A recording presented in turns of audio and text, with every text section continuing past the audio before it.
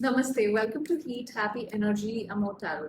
कभी कभी ऐसा लगता है ना कि सब कुछ खत्म हो गया है, कनेक्शन में कोई पॉसिबिलिटी नहीं है कुछ होने की, पर दिल कहता है कि नहीं, अभी भी कुछ बाकी है। तो आज देखते हैं कि इस कनेक्शन में अभी भी क्या है।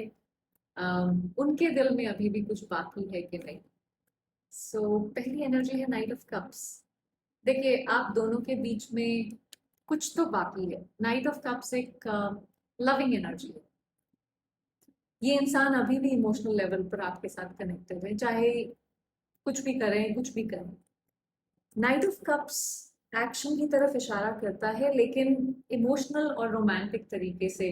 देखिए, शायद वो अभी भी दिल से मिस कर रहे हैं, लेकिन एक्सप्रेस नहीं कर पा रहे हैं। ये थोड़ा सा अम, उतना ज्यादा एक्शन ओरिएंटेड कम होता है, थोड़ा सा ड्रीमी एनर्जी ज्यादा है। तो शायद सपने ज्यादा देख रहे हैं, तो एक्शन कम दिख रहा है यहाँ पे। पास्ट मेमोरीज और रोमांटिक लॉन्गिंग भी दिखाता है नाइट ऑफ कप्स। कनेक्शन अभी भी बाकी है, चाहे उन्होंने कुछ बोला हो या ना बोला हो, आपको बोला हो सब खत्म हो गया है या आपने बोला हो सब खत्म हो गया है, पर दिल के तार अभी भी जुड़े हुए हैं आपके। सो उनका दिल कभी कभी वापस आने के बारे में भी सोचता है, क्योंकि नाइट ऑफ कप्स एक ऑफर लेके आता है। तो ये अम, बचा तो हुआ है, कुछ खत्म नहीं हुआ है। एस ऑफ सॉर्ड्स, देखिए, ये एस ऑफ सॉर्ड्स है क्लैरिटी, सच्चाई, कम्युनिकेशन, उस टाइप की चीजों की तरफ इशारा करता है। ये सेपरेशन एक किसी तरह का वेकअप कॉल था, कुछ क्लैरिटी आने की जरूरत थी दोनों तरफ से। शायद कुछ सच देखने की जरूरत थी, कुछ सच बोलने की भी जरूरत थी। परमानेंट नहीं लगता है ये, लेकिन अगर बात नहीं हुई है तो, या बात नहीं करते हैं आप, ऐसे ही करते चले जाते हैं, तो फिर परमानेंट हो सकता है। बट मुझे नहीं लगता कि ये परमानेंट सेपरेशन है। देखिए, सॉल्स एनर्जी है जब जहाँ पे डिसीजंस होंगे, जहाँ पे अ, बातचीत होगी, लेकिन इमोशंस कट करके होता है। ये लॉजिकली कुछ बातें होनी जरूरी है। तो ये सेपरेशन फाइनल नहीं है अभी तक, लेकिन क्रूशल पॉइंट पे है। कुछ अगेन, क्योंकि एस ऑफ सॉर्ड्स है, तो कुछ ऑनेस्ट कॉन्वर्जेशन होने की जरूरत है, और हो सकती है। लेकिन दोनों को अपना ईगो थोड़ा सा साइड पे रखना पड़ेगा। अगर आपको लगता है ये रीडिंग आपसे रेजोनेट करती है, तो सब्सक्राइब जरूर करिएगा। अब टू ऑफ पेंटिकल्स की एनर्जी है। देखिए, टू ऑफ पेंटिकल्स, हो सकता है आप दोनों ही कंफ्यूज हैं कि ये चल क्या रहा है। एक दिन लगता है हाँ, दूसरे दिन लगता है ना, क्या करा जाए पता नहीं। इम्बैलेंस है कहीं पे, प्रायोरिटीज या इमोशंस दोनों तरफ से ही फ्लक्चुएट हो रही है। जरूरी नहीं कि सिर्फ दूसरी तरफ से हो रही हो सकता है आपकी तरफ से भी हो रही है। हीलिंग तभी पॉसिबल है जब दोनों लोग इमोशनली स्टेबल होके कोई इस पूरी सिचुएशन को देखें और सोचें उसके बारे में। अभी तो जैसे जैसे तराजू में बैलेंस बनाने की कोशिश हो रही है। तो हीलिंग डेफिनेटली पॉसिबल है।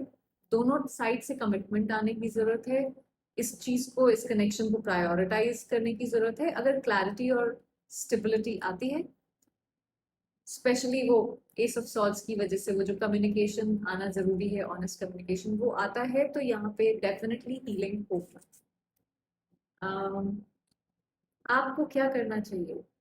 देखिए, थ्री ऑफ कप्स की एनर्जी है, ये है हैप्पीनेस, जॉय, सेलिब्रेशन, अपनी लाइफ को दोबारा से जीना शुरू करना, नेटवर्किंग, लोगों से मिलना, बातचीत करना, अपने कोई अगर पुराने दोस्त हैं उनके साथ बैठना। आपको अपनी हैप्पीनेस को प्रायोरिटी देनी चाहिए, चाहे वो किसी के साथ हो या किसी के बिना हो। आपकी हैप्पीनेस प्रायोरिटाइज हमेशा होनी चाहिए।